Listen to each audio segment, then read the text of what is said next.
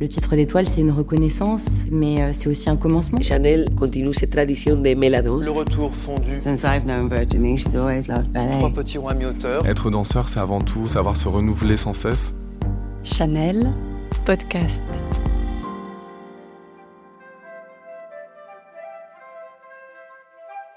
Le Sacre du printemps, l'œuvre emblématique de Stravinsky à 100 ans. Réinterprétée par les plus grands noms de la chorégraphie tels que Pina Bausch ou Maurice Béjart, la création de Stravinsky n'a de cesse d'inspirer.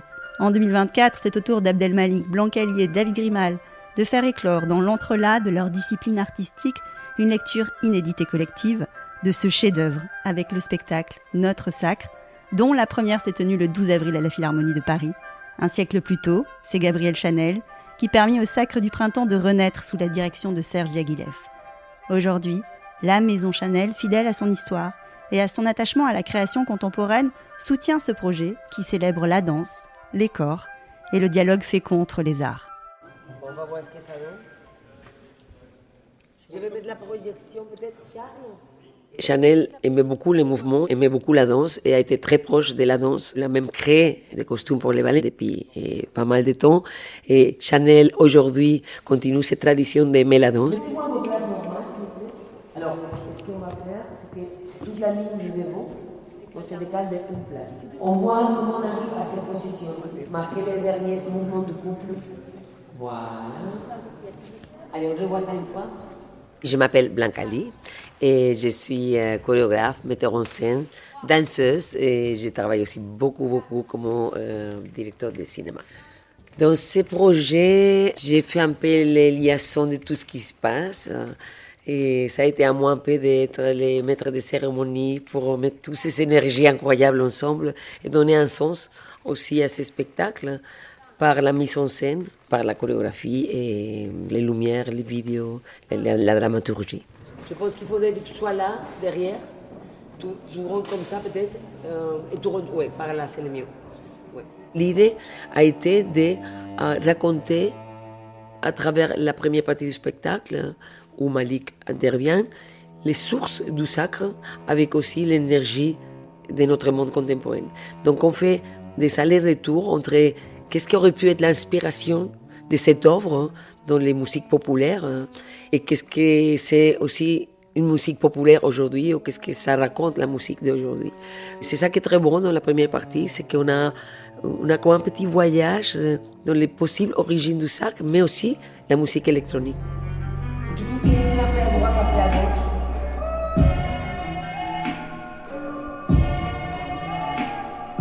Non, pas. C'est juste un mouvement des dos et ses épaules. Là, on bouge pas trop fort. Reste là, et bouge tes épaules. Voilà, ça c'est plus joli. Et petit à petit, on rentre dans les sacres. On s'échauffe un peu et on a créé une espèce d'ambiance un peu sacrale, un peu de trance aussi, de quelque chose qui est répétitif. On a mis des projections vidéo qui sont très belles, qui remplissent tout l'espace, mais qui sont inspirées, elles aussi, de le travail qu'avait fait Nijinsky, des inspirations des Ukrainiens et Russes, des dessins, des couleurs. Il y a beaucoup de choses qui parlent déjà aussi de cette sacre. Pour rester dans cet univers très poétique et tribal, on a fait un travail de lumière très particulier, un travail de costumes, de couleurs.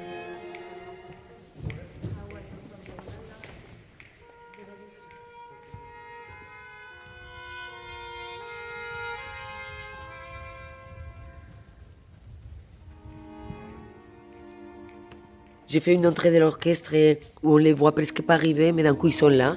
On a quand même 95 musiciens sur scène avec David. Et tout ça se passe comme si tout était là naturellement. Et ce que j'ai voulu faire, c'est vraiment qu'on ne sent pas qu'on passe d'une chose à l'autre. Non? Et à un moment donné, voilà, on arrive et il y a les danseurs qui sont là, l'orchestre qui est là, et le sacre de Stravinsky démarre avec cette force, avec cette énergie incroyable. Et les danseurs deviennent un instrument de plus. Il y a comme une communion de toutes les choses. Et l'idée, c'est vraiment que le public, aussi eux, ils se fondent dans cette énergie petit à petit à travers tous les spectacles pour qu'à la fin, on soit tous ensemble dans cette énergie chorale du public, de la musique, de la danse. Ok, on va faire la première entrée.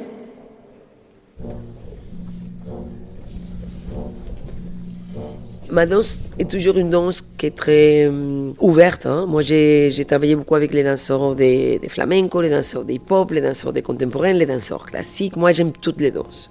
Et dans mon groupe de danseurs, il y a aussi des origines et des danses différentes. Ça veut dire qu'il y a des danseurs qui viennent plus de la rue, des danseurs qui viennent plus des contemporains, des danseurs qui viennent plus des classiques. C'est ça que j'aime toujours. C'est ce mélange de différentes techniques et origines aussi dans les mouvements que je mélange. Et je fais toujours une espèce de mix d'énergie que j'adore.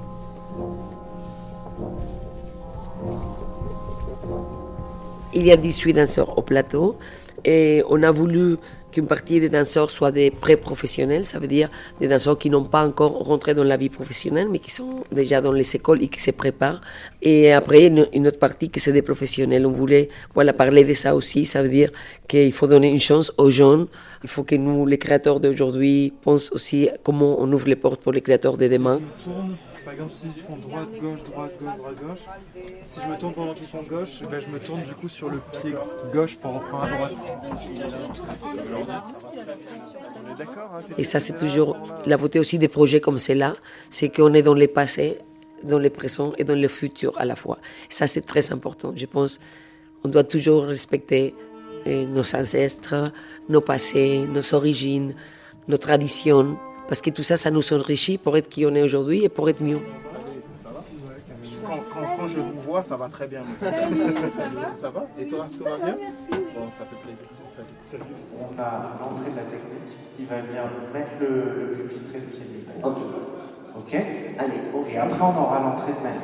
Que dit la danse face à la musique? Que dit la musique face à la danse? Que disent les mots face à la danse? Comment on fait dialoguer les différentes disciplines? Comment on met tout ça en mouvement? Je m'appelle Abdel Malik, je suis artiste, troubadour, saltimbanque, poète, ménestrel, enfin je sais pas, tout ce que vous voulez. Je suis de ces artistes qui pensent qu'on doit tous devenir des miroirs d'humanité. Voilà qui je suis. J'ai fait semblant de compter les mois qui me séparent de toi, car je fais partie de celles et ceux qui ne comptent pas. Les paumes ouvertes et les ongles noircis par la terre, tandis que le cœur des autres montre leur revers.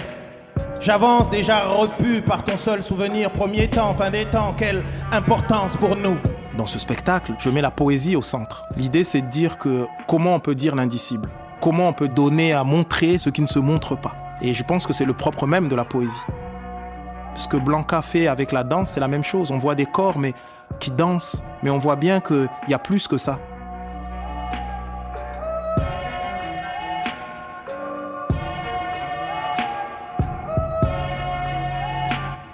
Je pense que ça va. Bon. Ben Blanca, moi si tu me dis que ça va, alors ça va. C'est très bien les changements de place, vraiment. Ouais, là ça donne... Avec la nouvelle lumière, ouais. Tout est sans comment? Moi je me sens très bien. Ça va? Ouais. Super. Les mots permettent de guérir.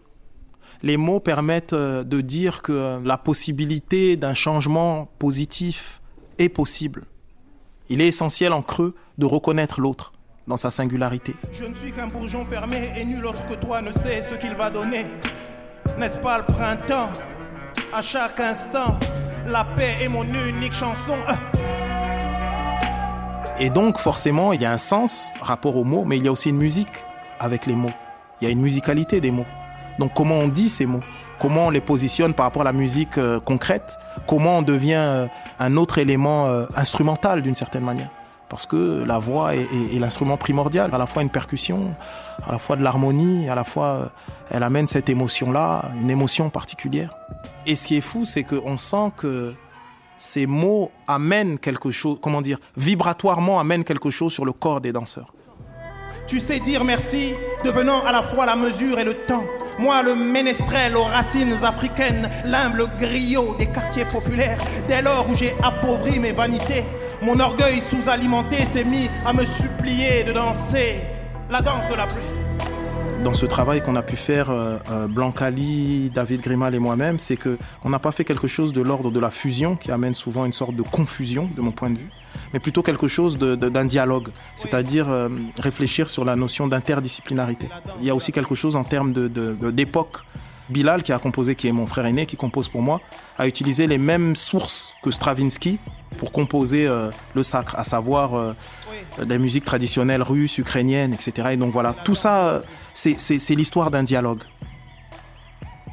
Si des artistes singuliers, avec leur monde, avec leur conception singulière, arrivent à s'entendre, à faire ensemble, à créer ensemble, et ben d'une certaine manière, c'est une métaphore. Si c'est possible dans ce cadre-là, et ben c'est possible, j'ai envie de dire, dans la société. C'est possible pour des politiques, c'est possible pour des philosophes, c'est possible pour madame et monsieur tout le monde de la rue, c'est possible des gens dans les quartiers populaires, c'est possible. En fait, c'est possible pour tout le monde. Et d'une certaine manière, je pense que les artistes sont comme ça aux avant-gardes, aux avant-postes. Ils proposent quelque chose qui est une réflexion sur le beau, sur l'harmonie, sur la possibilité précisément de faire du lien. C'est exemplaire. Et donc c'est ça en fait, notre sacre c'est ça, c'est le fait de dire voilà ce qu'est le monde idéal. C'est que des gens différents qui restent dans leur différence et dans leur singularité sont capables de dialoguer avec d'autres qui sont aussi différents qu'eux et ils arrivent à créer ensemble, à faire du beau ensemble, à avancer ensemble et in fine, si on résume ça à un programme sociétal, je dirais à faire peuple. C'est beau quand des gens s'écoutent et quand des gens s'entendent. C'est beau quand nous, c'est vous, quand vous, c'est nous, quand toi, c'est moi et moi, c'est toi, quand on partage le même monde. Et ce notre sacre, c'est le vôtre, hein, c'est un sacre de la vie, d'une vie qui est si fragile et qui l'emportera quand même dans cette époque sombre. Alors moi, je suis David Grimal, je suis violoniste, je suis le fondateur et le directeur artistique de l'orchestre Les Dissonances, qui est le seul orchestre au monde à jouer sous ma direction, mais sans baguette, sans bâton. C'est un ensemble qui est composé de musiciens qui viennent de toute l'Europe, avec beaucoup de jeunes aussi. Stravinsky, c'est un génie. C'est un des génies du XXe siècle. Un des plus grands compositeurs du XXe siècle, avec Ravel, avec Bartók, avec Debussy, pour moi. Ce sont vraiment ceux qui sont au-dessus. Et il se trouve que dans sa période la plus florissante, c'était vraiment les ballets russes. Hein. Que ce soit Petrouchka, L'Oiseau de Feu, etc. Bon. Et le sacre, évidemment, a ouvert ces perspectives complètement nouvelles. Il y a chez Stravinsky un génie de l'orchestration, un génie du rythme, une énergie absolument prodigieuse qu'il avait dans la première période de sa vie, qu'il n'a pas retrouvé forcément après d'ailleurs. Ça s'est transformé. On peut le comparer un peu à Picasso parce qu'il a exploré différents langages. Il s'est adapté aux évolutions esthétiques, aux évolutions de langage de l'époque. Et c'est un personnage qui, derrière son côté intellectuel, un peu comme ça, un peu froid, on a l'impression qu'il est sarcastique, en réalité a une sensibilité à fleur de peau et crée une musique d'une grâce infinie.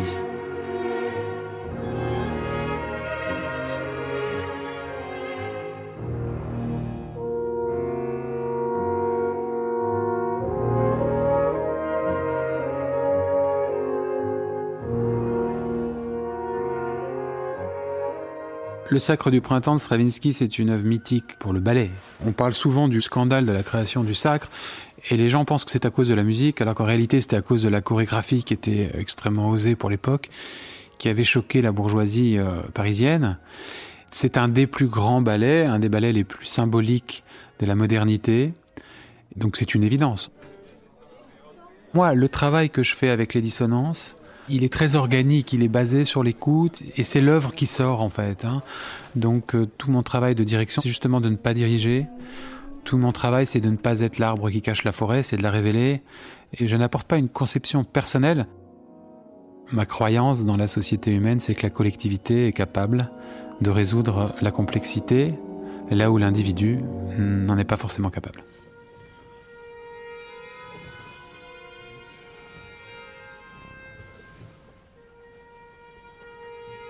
De jouer avec les danseurs sur la scène de la Philharmonie, c'est une expérience tout à fait particulière, qui n'est pas facile, parce que moi je suis en fait entre deux énergies. Je dois quand même être là et être fort pour l'orchestre, où il y a 100 musiciens qui se reposent sur moi, et j'ai l'énergie des danseurs juste à côté, donc ça donne un peu le vertige, mais c'est intéressant parce que c'est une expérience que je n'ai jamais eue, que j'aurai probablement jamais à nouveau. Peut-être la chose la plus importante pour moi, c'est le lien et le fait qu'on va célébrer quelque chose à une époque très difficile pour l'humanité, je trouve. C'est sans doute ça qui a du prix, qui a une valeur en fait, dans ce que nous faisons là. Nous ne sommes pas en fait sur scène en train de vivre autre chose.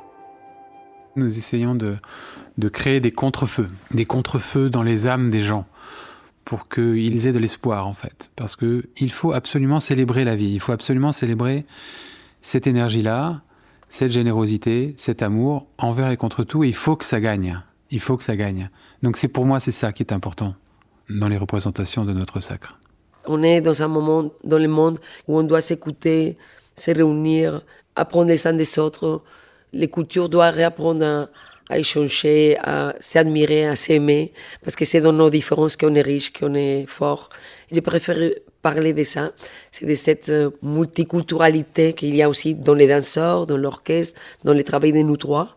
On vient tous des origines différentes, on vient des cultures différentes et pourtant on s'entend très bien.